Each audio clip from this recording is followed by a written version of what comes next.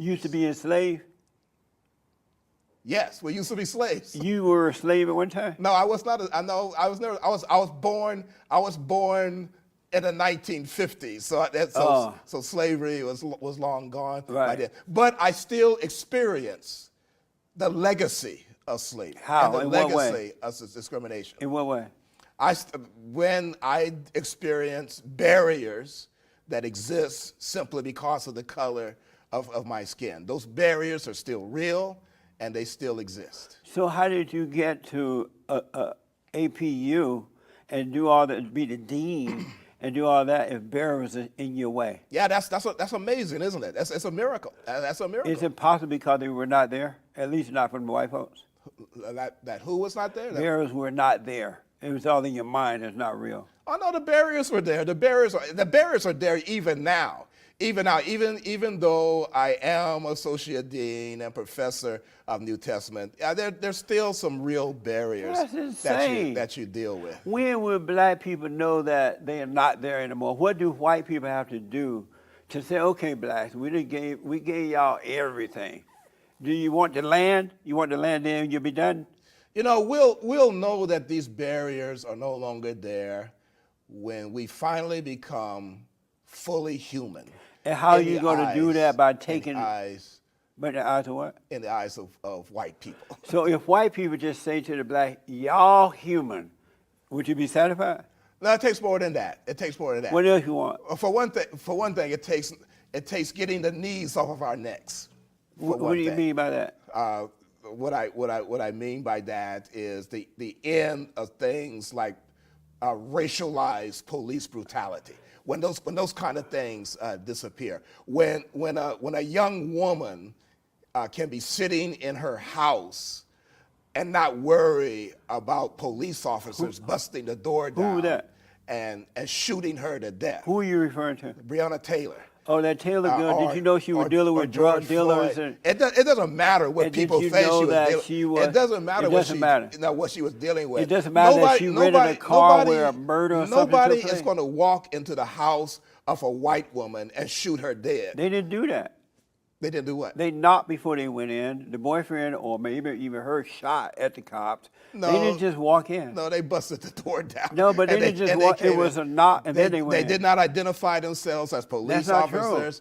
True. The young man thought that some other group was breaking in. He shot in self-defense. You mean the drug dealer? They returned fire, and they killed an innocent woman. When you say the young man, are you referring to the drug dealer that you were with?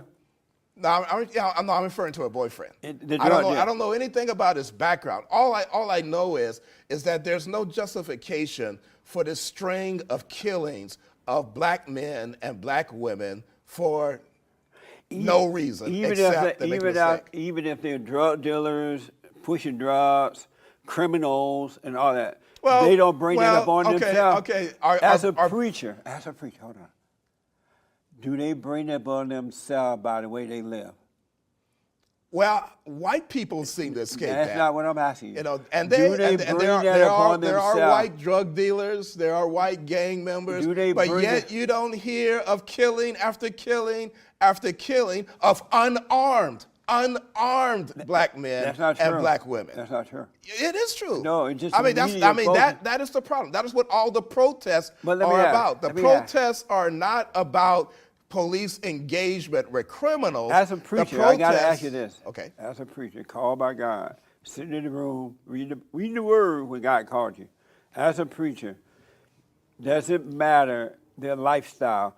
Can they possibly bring this upon themselves by the way they live? Lifestyle does not bring murder upon someone. If you're a drug dealer or you're involved in drug dealing and you're doing criminal things, can you bring that upon yourself? A lifestyle can lead to consequences. So is it possible to tell a woman and whomever, Floyd or whatever his name was, brought that upon themselves based on their lifestyle? Is that possible? No, not under these circumstances. Under these circumstances, it was racism that brought that consequence upon her. Do you believe that white people discriminate against blacks? Yes. Do you discriminate? No. You never discriminate? No. You don't discriminate? I don't discriminate against anyone on the basis of race. Do you discriminate? I have been discriminated against on the basis of race. So you do discriminate? Everybody discriminates. How about for, you? For example, How about I you? prefer to eat chicken rather than pork. That's discrimination. Do you discriminate? Not on the basis of race. Do you discriminate against other people? Not on So not on the basis of racial characteristics. That's what we're So talking about. why did you marry a black woman instead of a white woman? Because I fell in love with her. But why do you fall in love with a white woman? You discriminated. No, I fell Yeah, in you love. did. I fell in love You with my dated wife. a white woman before, right? No, I never dated a white Why woman. not? That situation just never arose. Because you I discriminate. fell in love with somebody else. Is being a white Christian different from being a black Christian? Yes. In what way? Heritage. What? Heritage and experience. And what do you mean by that?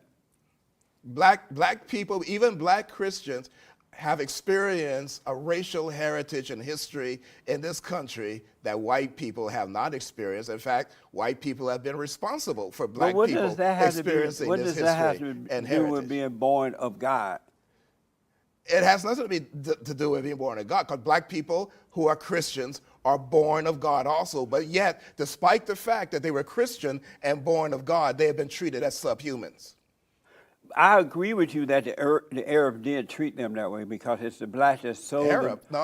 No, It was the I'm black that sold the Arab. I'm talking about racial history in the Americas. It was the blacks that sold the Arab. I mean, it was the blacks that sold other blacks to the Arabs over in Africa, Mummy Africa. Then they went, and the Arabs sold the blacks around the world. I do agree with that. So they were treated cruelly for that reason. You're blaming the victim. The legacy. How are the Arabs the victim? The legacy. Who were the victim? The Arabs that bought them, or the blacks that sold them? Chattel slavery and the Middle Passage are the responsibility of European and European Americans. What the? There were black people who owned slaves here in this country. No, there were Yes, there were. No, black people did not own slaves. Now. So you're really saying that a white Christian is different than a black Christian? Yes, I mean, Christianity does not occur in a cultural vacuum. All Christian expressions are cultural expressions of Christianity. There's no such thing as an absolute value neutral, culturally neutral Christianity. That is a myth. If you find if you find a culturally neutral Christianity, that's just white Christianity pretending to be culturally neutral. All Christianity is some type. From? Huh? Where you get all Christianity is what? All Christianity is some type of cultural expression. Where you get all this from? It's history. It's history. It's study. You just read. Do you love white people? Yes, I do. You love white people? I love all people. That's what God teaches us to do. Do you love white people? You shall love everybody. How we do not have the luxury of hating anybody. That's true. Do you love Martin white Luther people? King Jr. taught that. Martin Luther King Jr. said, "I will not be." Because of time, do you love white people? Yes, I just answered that question. Do you want your students to see themselves as black first or as a Christian first? There is no distinction. How do you make that kind of distinction? They have to see themselves as who they are. And if they are Christians, their Christian, if they're black, their Christian identity is tied up in their black identity. Their black identity is tied up in their Christian identity. There is no separation of that. There is no neutral Christianity. So do you want them to see themselves as black first or Christian first? I want them to see themselves as human first.